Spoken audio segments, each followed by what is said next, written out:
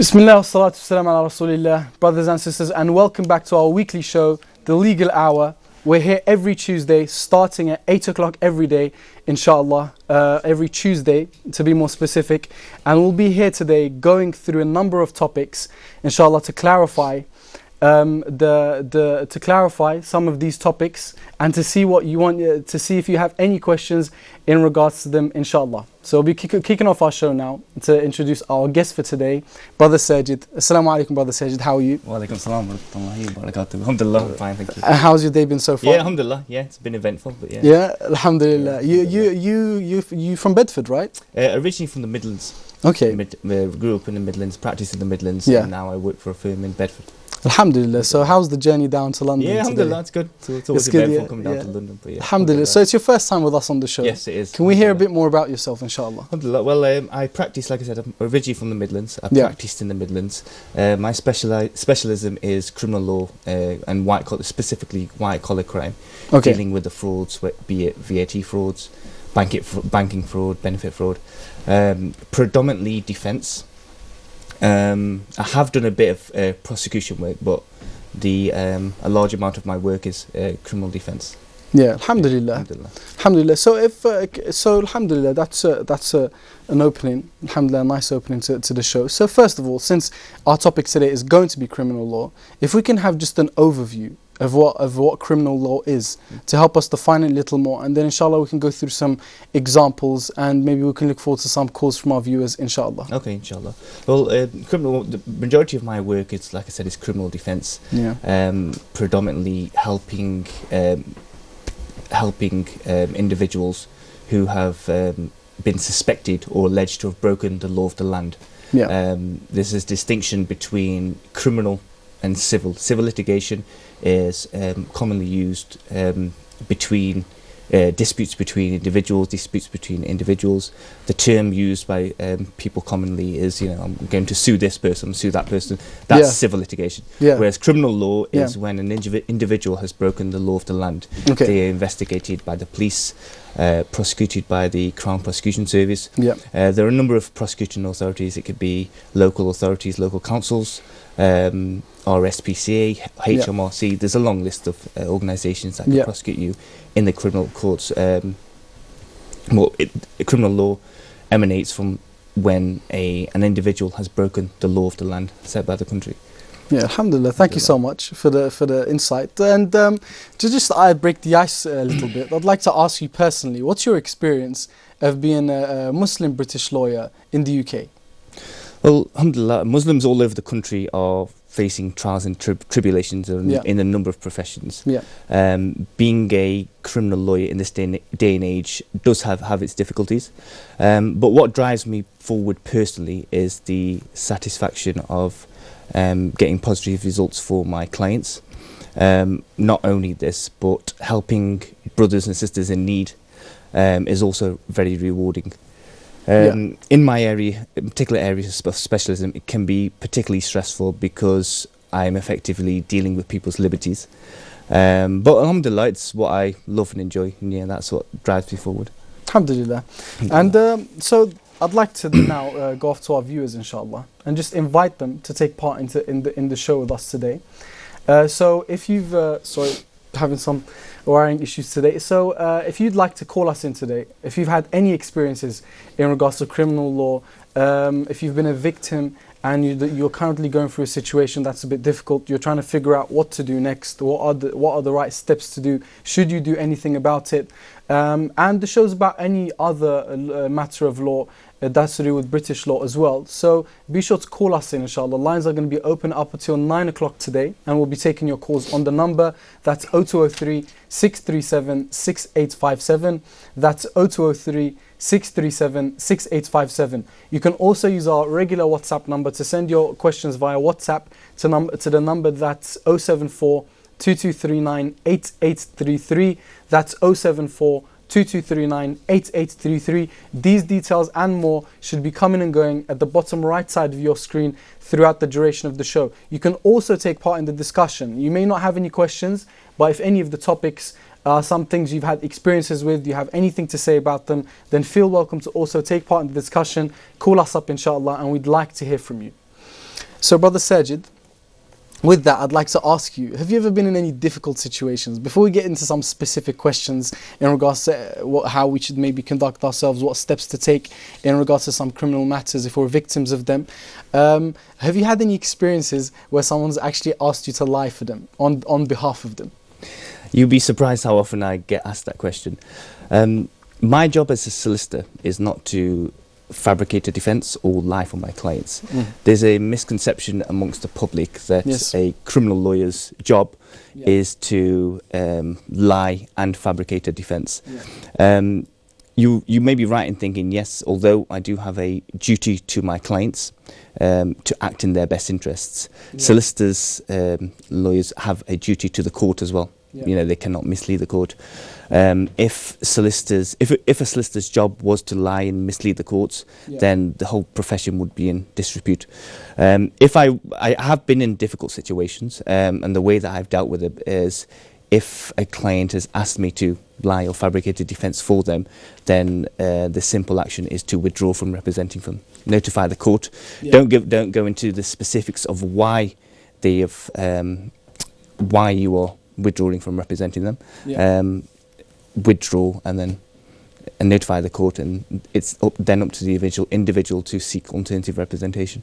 Now, aside from that question, just to clarify, generally, when it comes to matters of law, it's a big no to lie. Correct? That's right. Yeah. Alhamdulillah. So with that, we have Brother Ali calling in. Inshallah, we'd like to hear what Brother Ali has to say. So, Assalamu alaikum, Brother Ali. Welcome to the show.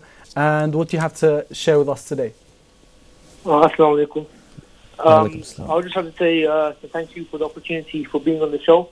What's happened in my case is I've recently passed my driving lessons. I've passed my driving test and I've got a car. What's happened is I normally go with my friends in the car and I go for a long drive. But recently I've had a bit of an accident. My friend was behind the wheel and he learned to drive, so we went to a private restoration area, so I started teaching him to drive. But what happened was that one of my friends was standing in front, and he just went ahead of the joke and thought, I'll just bump into him. But he'd actually injured him, and my friend was me, so he rang up, and I'm currently in trouble. But how can I clear my name if I've got people saying that it's me when there's no cameras or nothing, and it's just word against word? Okay, thank you so much for your question, Brother Ali. Could you just repeat the event for me, just step by step, the main points that happened? Okay. If you could take me just through steps by step, inshallah. Sorry. So I learned to drive, and I was teaching my friend how to drive. Yeah. So I was sitting in the passenger seat. One of my friends went out of the car. He was standing in front, and he was on his phone. And my friend who I'm teaching thought as a joke that he just edged the car forward, but he didn't just edge it, he hit my friend in front, and my friend's foot got broken because it went over his foot. SubhanAllah. And he thought it was me, and now he's saying that he's gonna get he's gonna get legal action against me, and obviously I've been trying to explain myself, but it's just word against word. Okay, I got it. So you were teaching your friend how to drive, and then you were with another friend who was on the phone who left the car, and your friend moved the car forward, and the jockey just trying to as a joke. Forward. Yeah, to scare him, and then he accidentally ran over. He actually accidentally ran over him. Okay, and you'd like some advice on what to do in this situation? Yeah, because my friend's trying to have a go at me, and he said he's gonna take legal action because obviously he's injured pretty bad, and he actually plays football quite a lot, and he can't do any of the activities he could before. So his family is very distraught at the minute. But I've been saying it's not me. I haven't heard from my friend who I was teaching at the time, but now they've all turned and said it was me. Okay, Brother Ali. Brother Ali, thank you so much for calling in. Please stay on the line if we need to ask you any more questions, inshallah. Is that okay? Okay, but is there a possible line or solicitor I could get hold of in terms of fixing the situation? Yeah, we can try and we can see if we can get you some recommendations, but just hold the line. just to give you some simple advice in regards to this, and then maybe we can take you to the studio line in regards to any recommendations we have. So, Brother Sajid, so you heard that was quite eventful. You know, so just a group of brothers together, and the brother was teaching his friend how to drive. He was in this passenger seat. One of the friends exited the car to use his phone, and as a joke, the individual learning moved the car, but of course, not knowing how to drive properly, he accidentally ran over the other individual, and now their foot is broken. We ask Allah to give them shifa, but this is the situation. Now he's under the impression that it was the brother who called, Brother Ali, who was actually in the passenger seat, not the one driving, and he's taken the matter forward legally, I believe, and it's the Brother Ali cannot prove that it wasn't him, and he'd like to get some advice in regards to what should he do in this situation. Well, if it is simply a case of one word against another, then all he can do is plead his innocence. Obviously, the facts as it remains, it wasn't him driving the vehicle. What I would ask is, if there are any other witnesses, maybe in the car or in the surrounding areas, then what I would suggest is get in contact with them, and potentially get them to visit the police and potentially provide a witness statement to them. If it was one word against another, there isn't a lot that he can do, although if the vehicle was Brother Ali's, if it was his vehicle, he shouldn't have allowed a person who was, I'm not sure whether he was insured or not, to drive the vehicle. In any event, if it's one word against another, what I would recommend is to stick to his story. Obviously, be honest and tell the truth. If it comes to it, the police may want to question him, but until they do, I would stick to the story as it is. Okay then. So first of all, it's to see if there's any witnesses available. So I'm guessing that the individual who's driving the car is a witness. Essentially, correct? Yes. So we'd like, of course, the brothers to try and get him to come forward, because but I'm guessing from the situation he's not.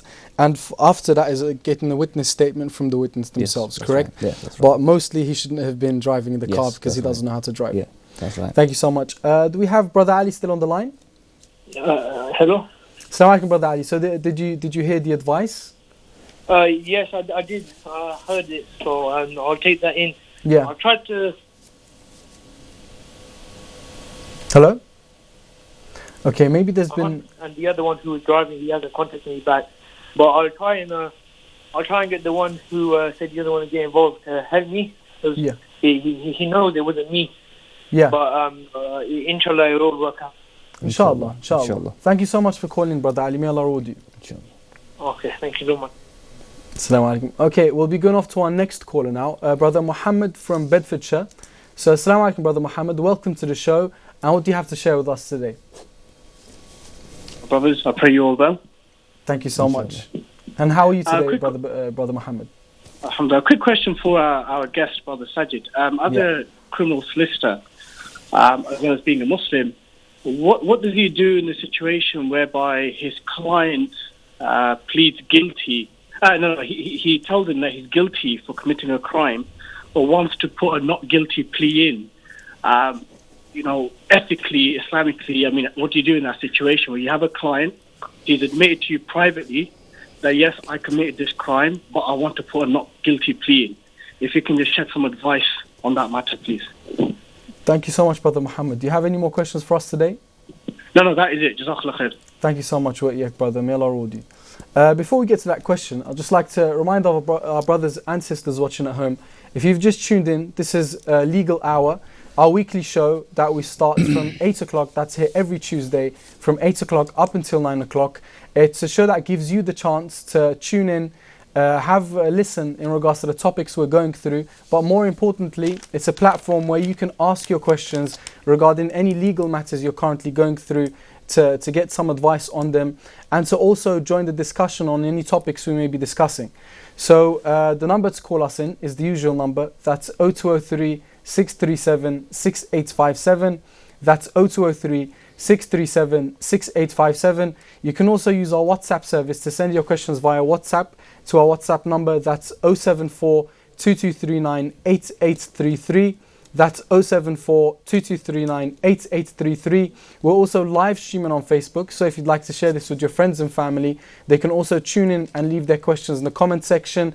And lastly, you have our email option where you can take your time. If it's a lengthy question, type up your question and we'll try and address it inshallah the following week. So all of these details should be coming and going at the bottom right side of your screen throughout the show up until 9 o'clock today. So be sure if you have any questions, do give us a call or send your questions via any of these avenues inshallah that you have for you today. So Brother Sajid, the brother, our last caller, Brother Muhammad, explained that what do you do in the situation that your client confides in you that they're guilty of committing a crime, however they'd like to put a not guilty plea in? I think we touched on this in one of your early questions. Okay. If a client wants to plead not guilty but has admitted the defence to you, you are very restricted as a solicitor. You're very restricted in relation to what you can do. Okay. Can the client proceed to trial? Yes, he can. What you are restricted to as a solicitor is you cannot advance a positive defence in court. Yeah. What that means is you can put the prosecution bring the case to court. You can put the prosecution to proof, put them to strict proof, but you can't do much more than that. You can't positively question any witnesses that may give evidence. You're very limited in relation to when your client gives evidence at the trial, because like I alluded to in my earlier answer, solicitor cannot mislead the court in any way, shape or form. So although client has admitted the offence, the prospects of success reduce because, like I said, you cannot advance a positive defence in court. Yeah. And like I said, the solicitor's hands are very much tied in relation to what he can and cannot examine and cross-examine each witness on. Yeah. You know, Brother Sajid, we're gonna have a very good show because you're sharing a lot of terms that I'm gonna come back and ask you about all of them, because we'd like to get educated on the legal system, inshallah. Okay, inshallah. So just on that question, just for the sake of defining them, so I know them and our viewers know them. What do you mean by you said strict proof, correct? Or that's right. Prosecution to proof? Yes. But the prosecution are the prosecuting authority. So if I commit a criminal offence and the police investigate it, the police will then pass the case to the Crown Prosecution Service, who prosecute the case in court. Yeah. Putting the prosecution to proof. The way it works in the English legal system is it is up to the prosecution to prove a person's guilt. Okay. It isn't. The onus is not on the individual to prove their innocence. Okay. So when we go to court in an instance where a client has admitted his guilt to a solicitor, to me, and he wants to proceed to trial, we can only test their case because the onus is on them to prove our guilt. Yeah. We can only test their case as much as we can in relation to our instructions. Okay. So putting their case to proof is effectively giving them the opportunity to prove the case whilst the defence sit back and see how the case unravels. Yeah, yeah. Thank you so much for that. And the next one, you said to advance a positive defence. Yes. What's that mean? Advancing a positive defence is if the prosecution's case, I'll give you an example, if prosecution's case is we were at the scene of the crime, and my client has admitted to me that we were at the scene of the crime, we cannot advance a positive defence and say we were not there, because that's contrary to my instructions, and that would mean me lying to the court. So prosecution say we were at the scene, we just stay quiet. We cannot advance a positive defence to that argument. Okay then, thank you so much, Brother Sajid, for helping us define those points. Our next question via WhatsApp is that Assalamu alaikum. I've received a few years ago, I was pulled over by the police and fined the ticket of £100 for not wearing a seatbelt. And now if I've lost the ticket and a few years have gone by and I still haven't been able to cover the costs but due to losing the ticket, and I'm very worried that I may be pulled over again by the police, and on this occasion it might be found that I haven't paid for this ticket, and I'm a bit concerned of what the consequences of that are going to be. What can I do now to rectify this matter? What I would do is, in that situation, go to the local police station, advise them of the situation, get some sort of record or any sort of reference number from them. Yeah. Then contact the local fines authority. The local police station should give the individual all the information. Contact the fines department, and if they are able to find the unpaid ticket, then pay it straight away. There may be a penalty for failure to pay, but I think if the individual goes to the police station in the first instance, then this will only benefit them, and the police may look at it and may just want the money as opposed to taking it any further. But yeah, so in the first instance, to answer the question, is contact the police and see if they can help him out. Okay, then. Thank you so much. We've received our next question. Our next question is in regards to a parking ticket, a fine. It's gone through the process that now the bailiffs are being involved. They haven't taken any payments or any property. But the situation is that the car that was ticketed has now been sold, and this individual has a new car.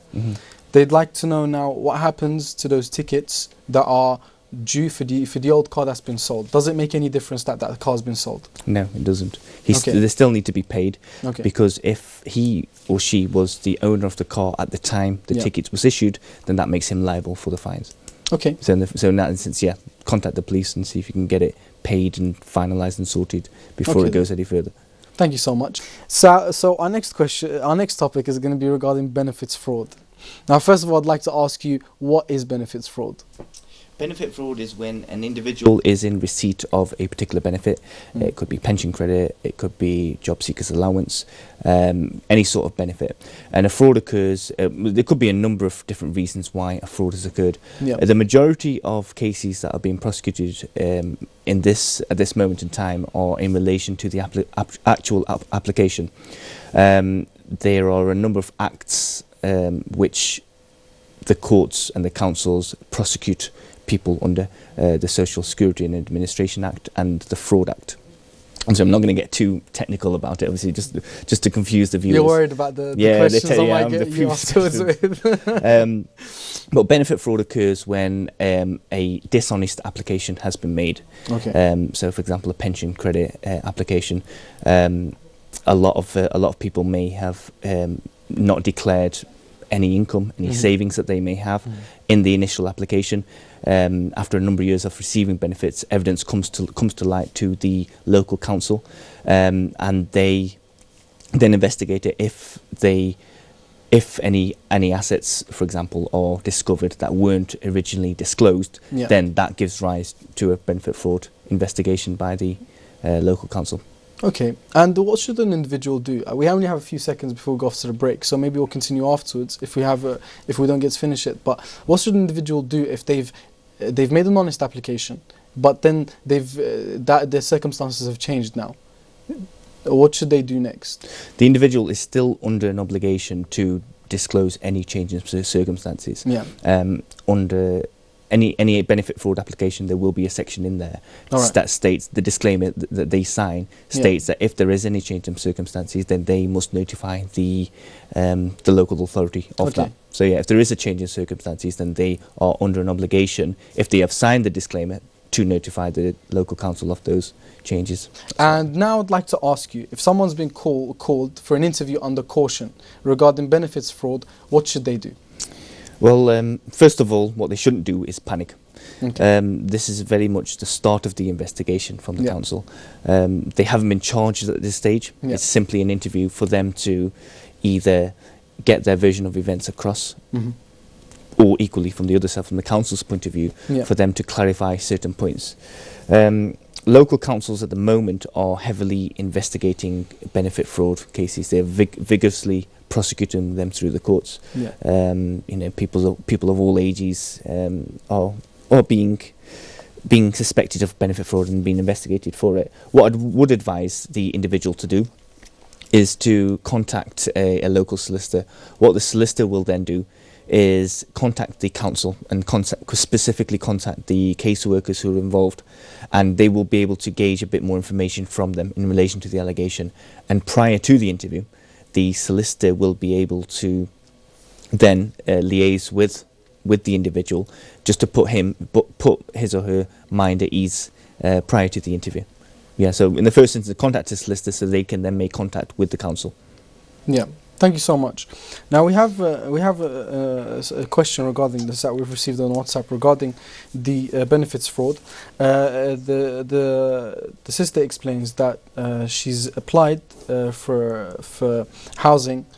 She's applied as benefit, and she's applied that she's single, and she wouldn't be receiving the support now because she's got her partner living with her as well. And now she'd like to know, what should she do? So she's applied for for housing benefit. Yes. Has she been granted it? She's been granted. She's been granted it. Yeah. If she's now living with her partner, that is a change in circumstances. So she will need to notify the council. The council would then reevaluate her claim, because the claim will be reduced, and then leave it to them. If she doesn't, then she may be at risk of committing a benefit fraud by not disclosing the change in circumstances to the council. Okay, and it's important to always, like we've gone through a lot of these questions, and it's always important for the communication part is always important, right? Yes. Because in the end, the consequences, if you leave it too long, would be the things that are going to be quite detrimental. Yes, that's right. I mean, that it could be the difference between being honest and dishonest. Yeah. When the individual signs the disclaimer or the benefit form application, Yeah. I mean, in reality, a lot of people don't read the terms and conditions and what's above the disclaimer. Yeah. And more often than not, they just sign it anyway. But the disclaimer actually states that they must notify a change in circumstances. So one of the common questions people get asked in the interview under caution is, the disclaimer that they signed, they should have read it. And a lot of people get stumped with that particular question. So yeah, any change in circumstances, they must disclose it as soon as possible to the council. Thank you so much. We've received some more questions over message. So our next question is: someone's been alleged, someone's had a crime alleged against them. For that reason, they decided to leave the country. Upon hearing that the allegation has been dropped, they came back. They would like to know. This is on behalf of a friend. Someone's asking. They'd like to know: would they still be held accountable for anything since the claims have been dropped, or they still have to answer for anything or any process they have to go through, or is it fine for them to just take it as it is now? It depends if they haven't been interviewed and the police notified their intention to interview the individual. Mm-hmm. Then it's up to the police to secure that person's attendance at the police station. By that individual going out of the country, that they haven't necessarily committed an offence. However, without knowing the details of how, when, and under what circumstances that person has left the country, it's difficult to advise. But if that person knowingly has gone out of the country when the police have wanted to interview him, then he may be in a bit of trouble. However, if the proceedings have since been dropped, and it's very much a case of liaising with the police and seeing if they still want to interview. If it's been dropped, then I would see no reason for them wanting to interview the individual. Yeah. I mean, a lot of it, as I explained, will depend on the circumstances of when he did go out.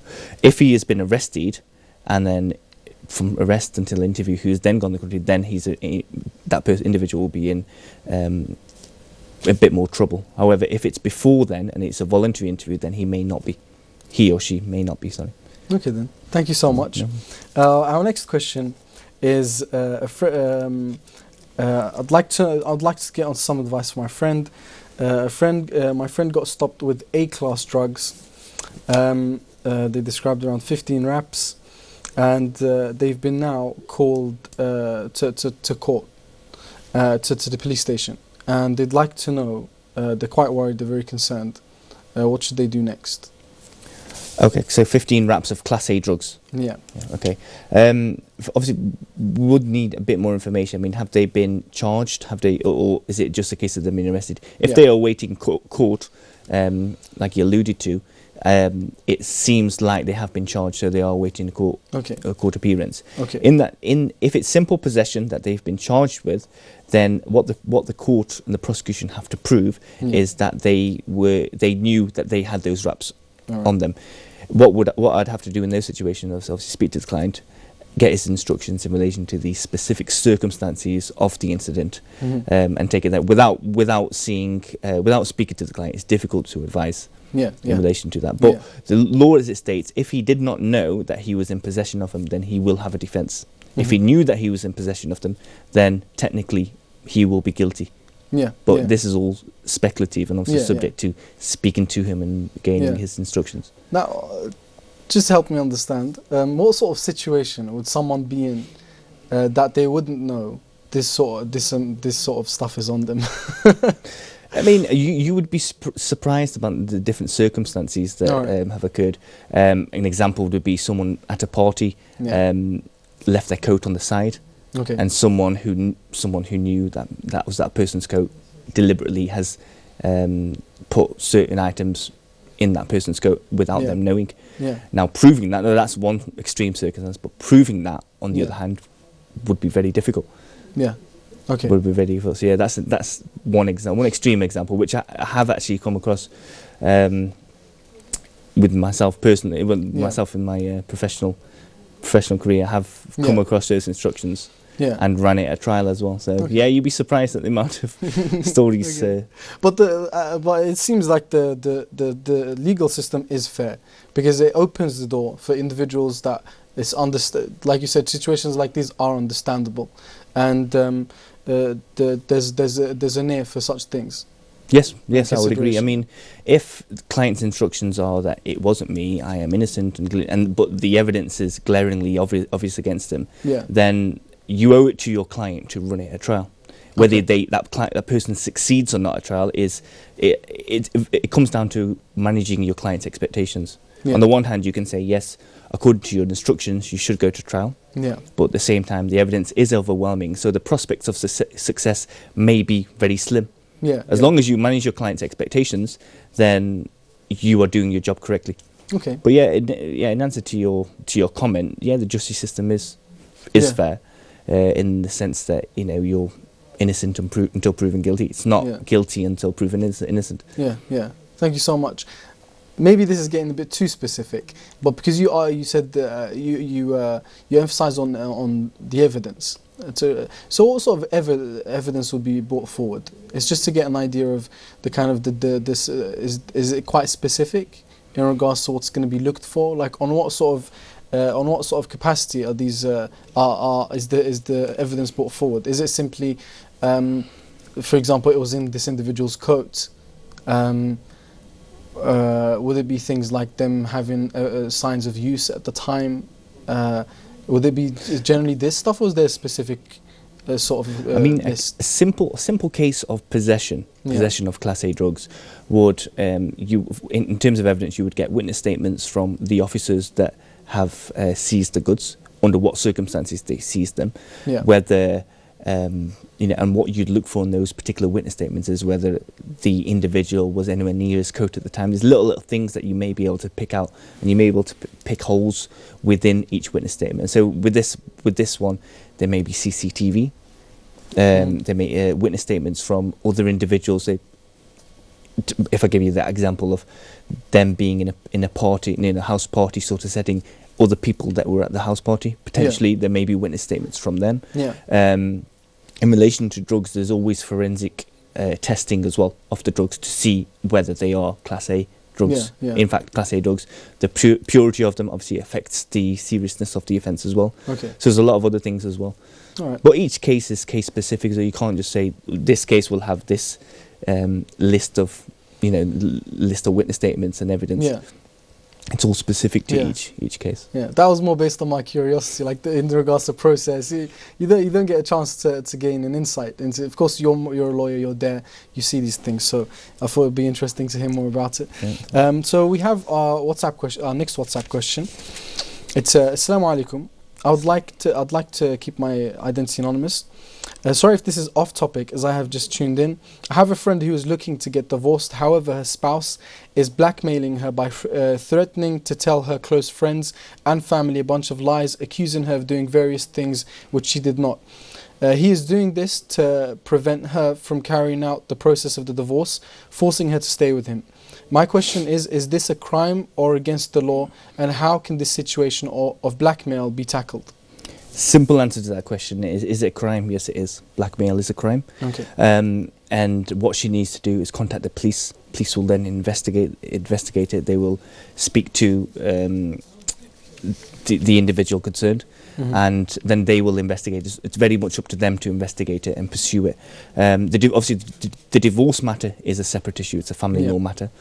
But yeah, in answer to your question, it is a crime, and what they should do is contact the police so they can investigate it. And just in a few minutes, inshallah, we're going to be covering the topic of domestic violence as well, domestic crime. Okay, inshallah. So before that, our next question is regarding how sentences are determined. So are they fixed, for example, because the differences between maybe different types of murder or different types of theft or types of evasion and so on, they may vary in their types as well. So how are sentences determined regarding these crimes in regards to prison sentences? Okay. Every offence created under English law has sentencing guidelines, be it theft, murder, terrorism cases, arson. Every single offence has guidelines which the court and the judges will follow. The judges, in determining which category certain offenders fit within, what they will do is each offence has aggravating and mitigating factors. Aggravating features of an offence make things worse. For example, if they were armed with an offence, that aggravates the offence. So it's a very much box ticking exercise. Aggravating factors make the offence worse, but mitigating factors make it better for the client. Each offence has a range. So the range could be between, I'll give an example, 3 and 6 years, but the starting point might be 4 years. So if you imagine a scale, you've got 3 to 6, the starting point is 4. The mitigating factors will bring that down, bring the offence down, and the aggravating factors will bump it up. All right.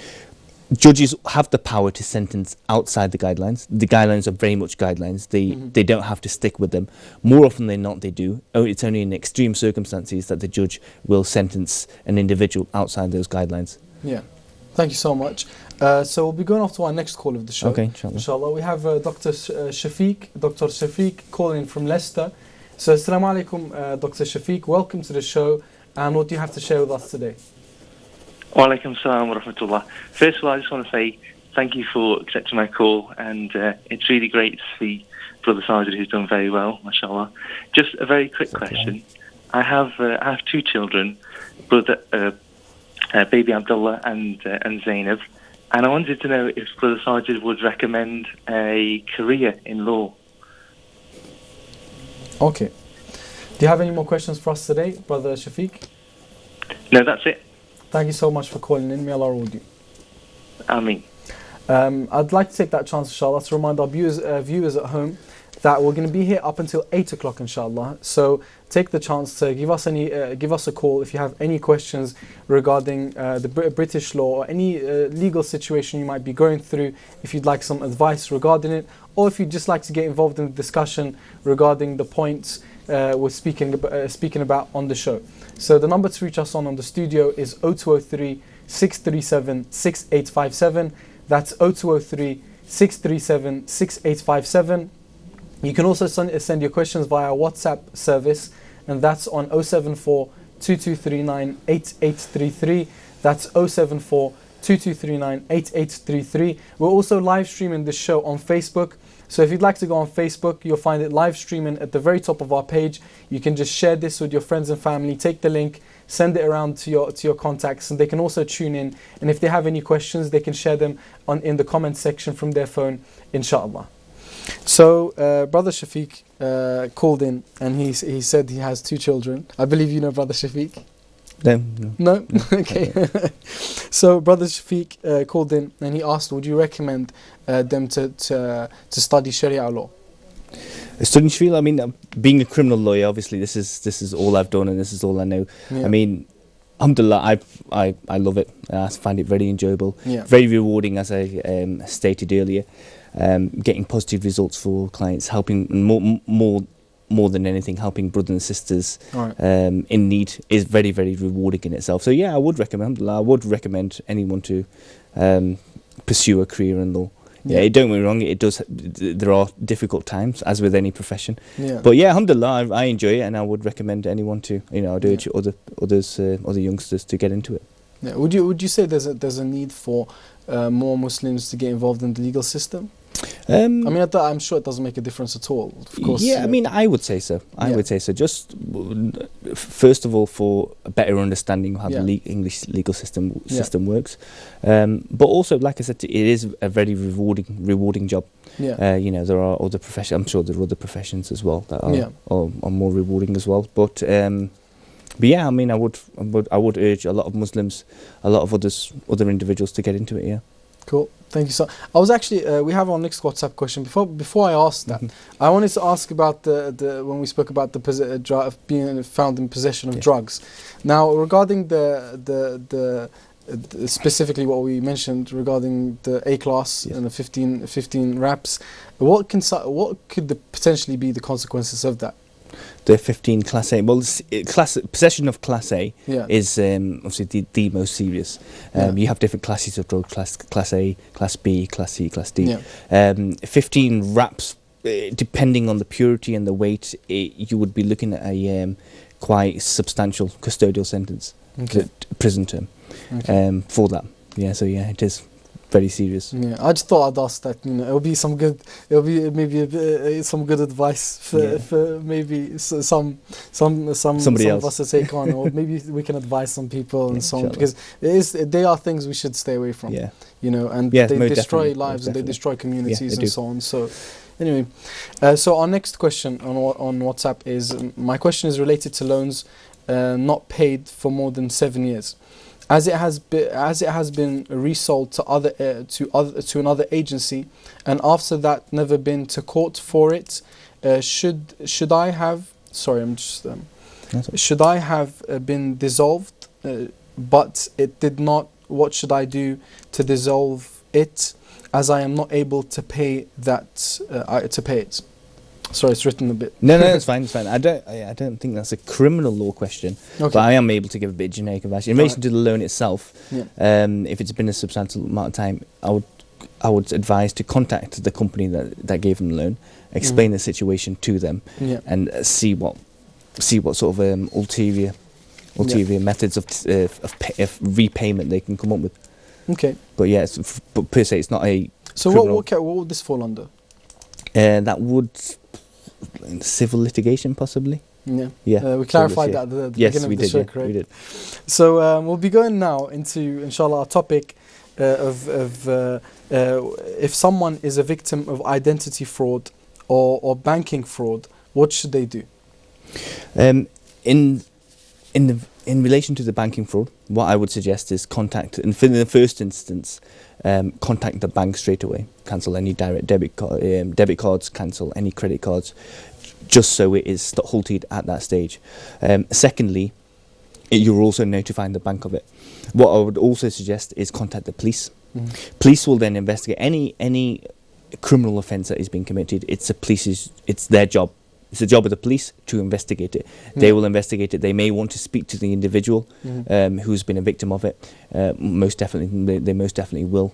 They will potentially take a witness statement from them. The police's job is there to protect the individual and also to investigate the crime. So yeah, I mean, as a victim, I predominantly represent people who have been suspected of these offences. But also, I do get people that come to me who have been victims of these offences, and it is unfortunate that they are in those situations. But they are lucky, because there are organisations, and there are obviously more than anything, the police are there to help them in these situations. So contact the bank, contact the police, and let them do their job. So regarding identity fraud, what potentially someone committing this crime, what does it mean for them? Like, for example, what are the benefits of forging a fake identity or stealing someone's identity? Well, someone's, I mean, from joining a gym to getting a bank loan, every organisation, every company will always ask for ID.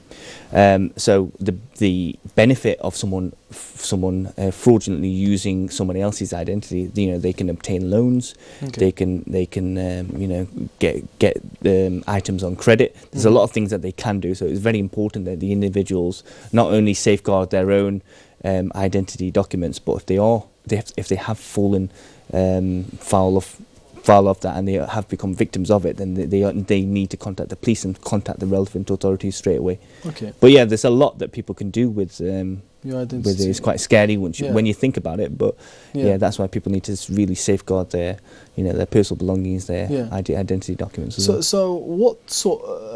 I imagine if you're going to take out a loan or some of the things you mentioned, you need a significant amount of information. Yes, that's right. How does someone go about? I'm not asking how to do it, but how do the individuals committing these crimes go about acquiring this information? I mean, a lot of the personal information is on these documents. Like if you look at the driving license, there's a lot of information on there. Yeah. The person's name, full name, the date of birth, addresses in certain circumstances, people's passports, again, date of birth, the security questions that a lot of these banks ask for. A lot of the information is there for them on a plate, without them having to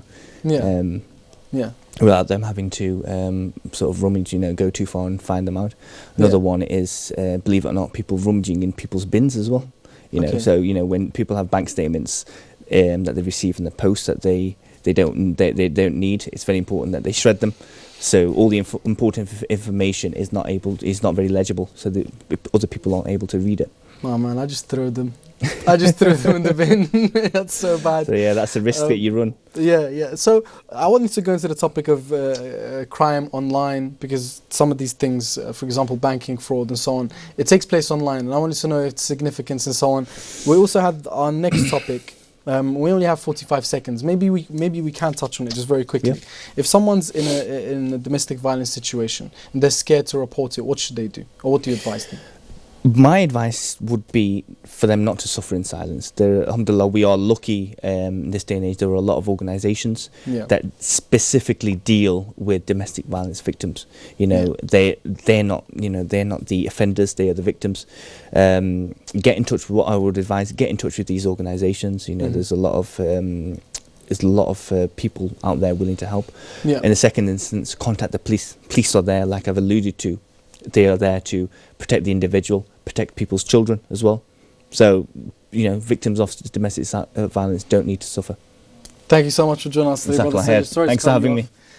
Join us next week, Tuesday, 8 o'clock, inshallah, for another episode of Legal Hour. We'll continue taking your questions, inshallah. Wassalamu alaikum.